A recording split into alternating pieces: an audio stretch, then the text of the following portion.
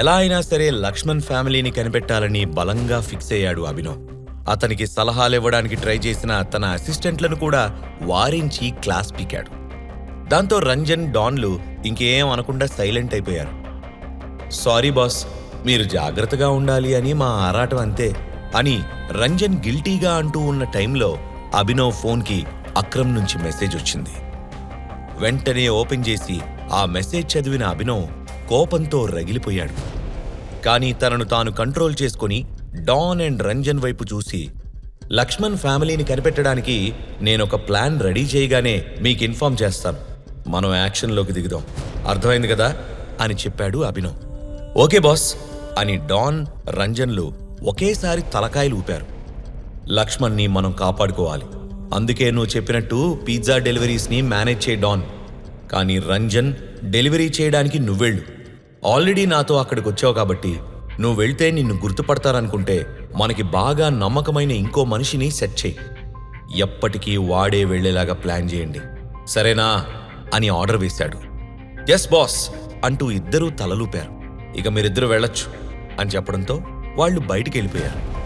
వాళ్ళలా వెళ్ళగానే అక్రమ్ నెంబర్కి కాల్ చేశాడు అభినవ్. అవతల నుంచి కాల్ లిఫ్ట్ చేసి, టైగర్ బేటా, రంజన్ నాకంతా చెప్పాడు. నువ్విప్పుడు బిజీ అని తెలుసు గాని మనం ఒకసారి మీట్ అవ్వాలి అని రిక్వెస్ట్ చేశాడు అక్రమ్. కాసేపు ఆలోచించి, ఓకే, ఇప్పుడు బాగా టయర్డ్గా ఉన్నాను, రేపు morning police station matter finish చేసి నేనే మీ ఇంటికి వస్తాను అని హామీ ఇచ్చాడు అభినవ్. పోలీస్ స్టేషనా? అదేంటి? నాకు అర్థం కాలేదు, ఏం జరిగింది అభినవ్ అని కంగారుగా అన్నాడు అక్రమ్. అబ్బా, నువ్వు టెన్షన్ పడేంత మ్యాటర్ కాదులే అని కూల్గా అన్న అభినవ్, అదంతా ఓ పెద్ద కథ, రేపు మనం కలిసినప్పుడు చెప్తానులే అన్నాడు. ఓకే, కానీ జాగ్రత్త, ఏదైనా అవసరం ఉంటే నాకు చెప్పు. రేపు లేట్ చేయకుండా ఇంటికొచ్చేయి, నీకోసం వెయిట్ చేస్తూ ఉంటాను అని చెప్పాడు. సరే సరే, నేనేం చిన్నపిల్లోని కాదు అని నవ్వుతూ కాల్ కట్ చేసి ఫోన్ను డాష్ బోర్డ్లో పెట్టేసి డాక్యుమెంట్స్ సీట్ కింద సర్దేసి కార్ స్టార్ట్ చేసి అనన్య ఇంటివైపు పోనిచ్చాడు అభినవ్. కార్ను గ్యారేజ్లో పార్క్ చేస్తున్న అభినవ్కి ఫిజికల్గానే కాకుండా మెంటల్గా కూడా బాగా అలసిపోయినట్టు అనిపించింది. ఏదేమైనా సరే లక్ష్మణ్ ఫ్యామిలీని మాత్రం కనుక్కోవాలని గట్టిగా ఫిక్స్ అయ్యాడు. అది నిజానికి కష్టమైన పనే, కానీ టైగర్ తలుచుకుంటే ఖచ్చితంగా చేసి తీరాల్సిందే. మోరోవర్ అక్కడ రిస్క్ కూడా ఇన్వాల్వ్ అయి ఉంది. బట్ డిసైడ్ అయ్యాడు కాబట్టి వెనకడుగు వేసేది లేదు అని ఫిక్స్ అయ్యాడు. ఇంట్లోకి అడుగుపెట్టగానే నేరుగా తన బెడ్రూంలోకి వెళ్ళిన అభినవ్కి అది ఖాళీగా ఉండడంతో విచిత్రంగా అనిపించింది. రూంలో అనన్య లేదు. ఆమె ఆ రూంలో లేకపోతే ఇంట్లో ఎక్కడా ఉండదు అని అతనికి తెలుసు. ఇంత రాత్రిపూట అనన్య ఎక్కడికెళ్ళింది అనుకున్నాడు. అనన్య, ఎక్కడున్నావు అంటూ బాల్కనీ, బాత్రూమ్ వెతికాడు. కానీ ఆమె కనబడలేదు. ఆమె నుంచి ఎలాంటి సమాధానం రాకపోవడం చూసి వెంటనే తన ఫోన్ తీసుకుని కాల్ చేశాడు. ఫోన్ రింగ్ అవుతూనే ఉంది గానీ అనన్య కాల్ లిఫ్ట్ చేయడం లేదు. దాంతో అభినవ్కి అనుమానం పెరిగిపోయింది.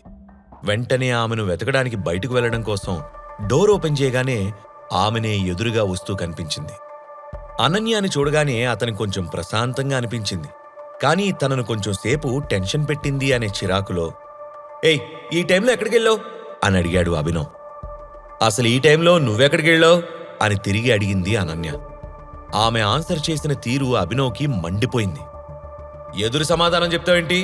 నేను రూమ్ లోపల ఉన్నాను, నువ్వు బయట నుంచి వస్తున్నావు. ఈ టైంలో నువ్వెక్కడి నుంచి వస్తున్నావు, ఎవరితో వెళ్ళావు అని పళ్ళు బిగించి అడిగాడు అభినవ్. నా ఇష్టం, నేనెవరితో ఉంటే నీకెందుకు?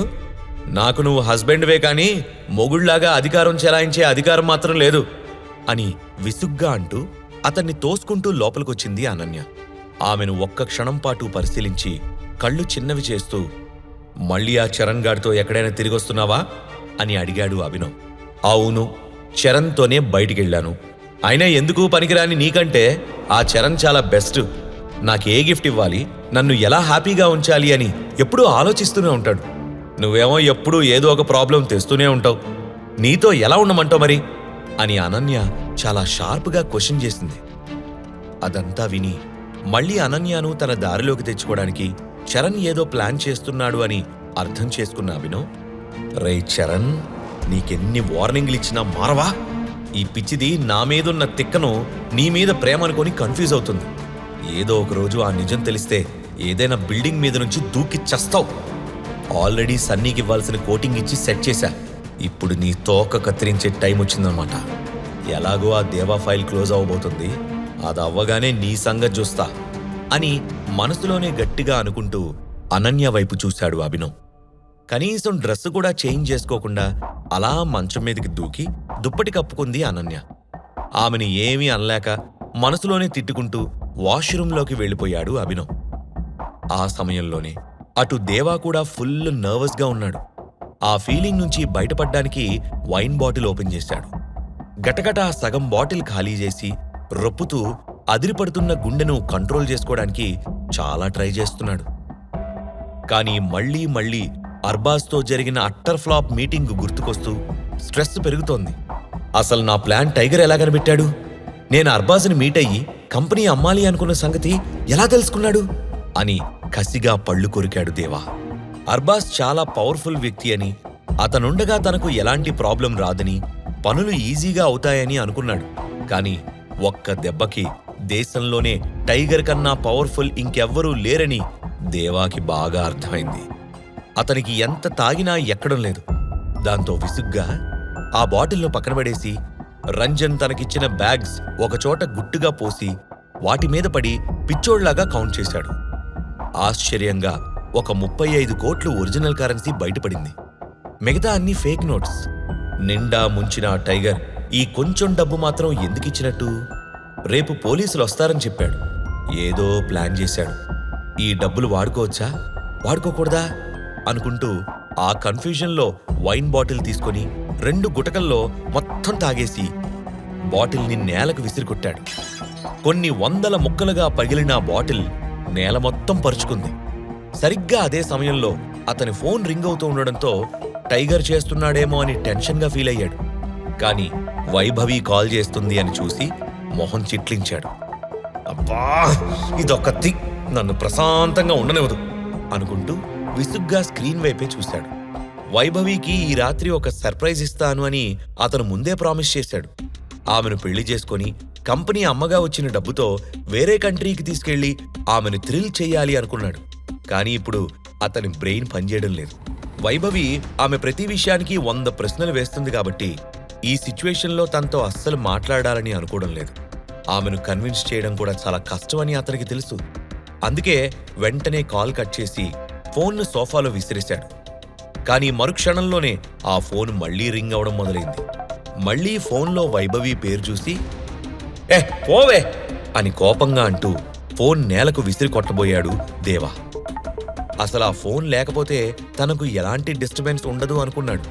కానీ ఇప్పుడు తను కాల్ లిఫ్ట్ చేయకపోతే వైభవి నేరుగా తన ఇంటికొచ్చేస్తుంది అని భయమేసి తన ఎమోషన్స్ని కంట్రోల్ చేసుకుంటూ గట్టిగా ఊపిరి తీసుకొని వదిలి వైభవి అని చాలా నార్మల్గా పలకరించాడు. ఎక్కడున్నావు? నా కాల్ ఎందుకు లిఫ్ట్ చేయట్లేదు అని అవతల నుంచి కోపంగా అడిగింది వైభవి. స్నానం చేస్తున్నాను వైభవి, నేనే కాల్ చేద్దాం అనుకున్నాను అన్నాడు దేవా. ఓ అవునా, నేను నీ కాల్ కోసం చాలాసేపటి నుంచి వెయిట్ చేస్తున్నాను. ఈ రోజు నువ్వు నాకు సర్ప్రైజ్ ఇస్తానన్నావు కదా, గుర్తుందా? అదేంటో చెప్పు, నేను ఇంకా వెయిట్ చేయలేను అని ఎగ్జైటింగ్గా అంది వైభవి. దేవాకు ఊపిరి తీసుకోవడం కూడా చాలా బరువుగా అనిపిస్తోంది. డోంట్ వరీ వైభవి, మీ ఇంటికే వస్తున్నాను, రాగానే చెప్తాను అని కవ్వించాడు దేవా. నువ్విప్పుడు మా ఇంటికి వస్తావా అని సర్ప్రైజింగ్గా అడిగింది వైభవి. మధ్యలో నాకు కొన్ని చిన్న చిన్న పనులున్నాయి, అవి సెటిల్ చేసుకొని వచ్చి ఈ రోజు మీ ఇంట్లో నీతోనే ఉంటాను అని చెప్పాడు దేవా. ఓకే అయితే త్వరగా రా, నేను వెయిట్ చేస్తూ ఉంటాను. మన లైఫ్లో ది బెస్ట్ మూమెంట్స్ ఇవాళ దొరుకుతాయితే అని హ్యాపీగా చెప్పింది వైభవి. దేవా లాంటి వాడు తన బాయ్ ఫ్రెండ్ అవ్వడం ఆమెకు చాలా సంతోషంగా ఉంది. అందుకే ఎట్టి పరిస్థితుల్లోనూ అతన్ని వదులుకోకూడదు అని బలంగా ఫిక్స్ అయింది వైభవి. పైగా ఆ రోజు నైట్ తనతో స్పెండ్ చేస్తాను అనడంతో అతనికి తన మీద లవ్ ఉంది అని ఎగ్జైట్ అయిపోయి ఊహల్లో తేలిపోతుంది. కానీ దేవా తన తలని గోడకు కొట్టుకోవాలి అనేంత ఫ్రస్ట్రేషన్లో ఉన్నాడు. 2 పదునైన కత్తుల మధ్య ఇరుక్కుపోయిన ఫీలింగ్ అది. గట్టిగా ఊపిరి తీసుకొని వదిలి సరే ఐల్ మీట్ యూ సూన్ అని చెప్పి కాల్ కట్ చేసి ఫోన్ను టీపాయ్ మీద పడేసి కరెన్సీ వైపు కదులుతూ ఉండగా అతని కాలికి ఖాళీ బ్యాగ్ తగిలింది. చిరాకులో దాన్ని బలంగా తన్నాడు దేవా. ఒక్కసారిగా గాల్లోకి లేచిన బ్యాగు ఒకవైపు పడిపోతూ ఉండగా అందులో నుండి రెడ్ కలర్ ఎన్వలప్ ఎగిరి దేవా మొహం మీద పడి నేల మీద పడిపోయింది.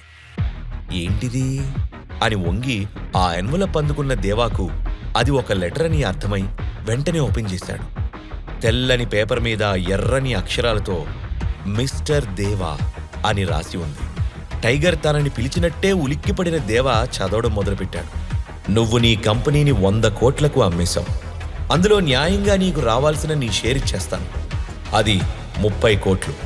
30% షేర్స్కి 30 crores ఇవ్వాలి. కానీ నీ మీద జాలితో ఇంకో 5 కోట్లు టిప్పు కూడా యాడ్ చేసి ఇచ్చాను. ఈరోజు నైట్ అలారం పెట్టుకోకుండా హాయిగా నిద్రపో. ఎందుకంటే రేపు పోలీసులు వచ్చి నిన్ను నిద్రలేపుతారు. ఇట్లు ది టైగర్ అని రాసుంది. ఆ లెటర్ చదువుతున్నంతసేపు దేవా చేతులు వణుకుతూనే ఉన్నాయి. టైగర్ తన షేర్ ఇచ్చేసినా కూడా నిజానికి ఆ 30% షేర్స్లో 20% చరణ్ షేర్స్. అసలైతే మనీ రాగానే చరణ్కి మనీ ఇచ్చేయాలని దేవా ఫిక్స్ అయ్యాడు. కానీ ఇప్పుడు 35 కోట్లు మాత్రమే చేతికి అందడంతో అతని ఆశలన్నీ అడియాసలైపోయాయి.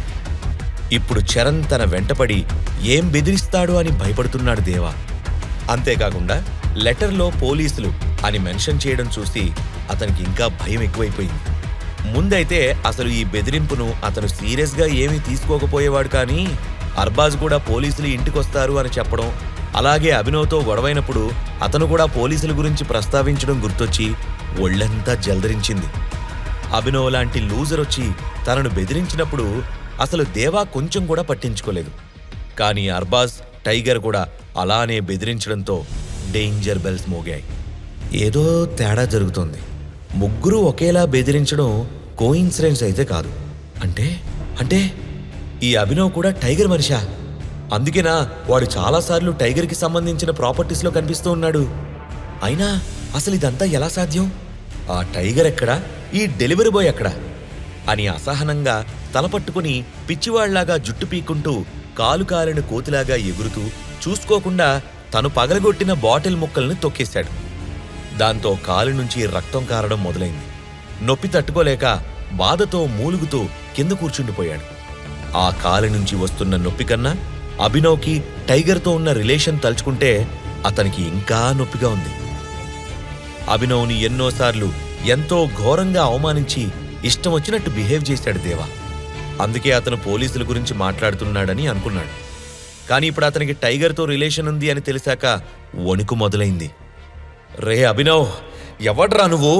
టైగర్ అసిస్టెంట్వా, ఫ్రెండ్వా, తమ్ముడువా, ఎవరు నువ్వు అని నొప్పితో అరుస్తూ పోలీసులు తనను అరెస్ట్ చేయకముందే తప్పించుకోవాలని ఆలోచిస్తూ ఉండగా అతనికి సన్నీ గుర్తుకొచ్చాడు. అర్జెంటుగా సన్నీ కాల్ చేసి ఆ అభినవ్కి టైగర్కి ఉన్న రిలేషన్ ఏంటో కనుక్కోవాలి.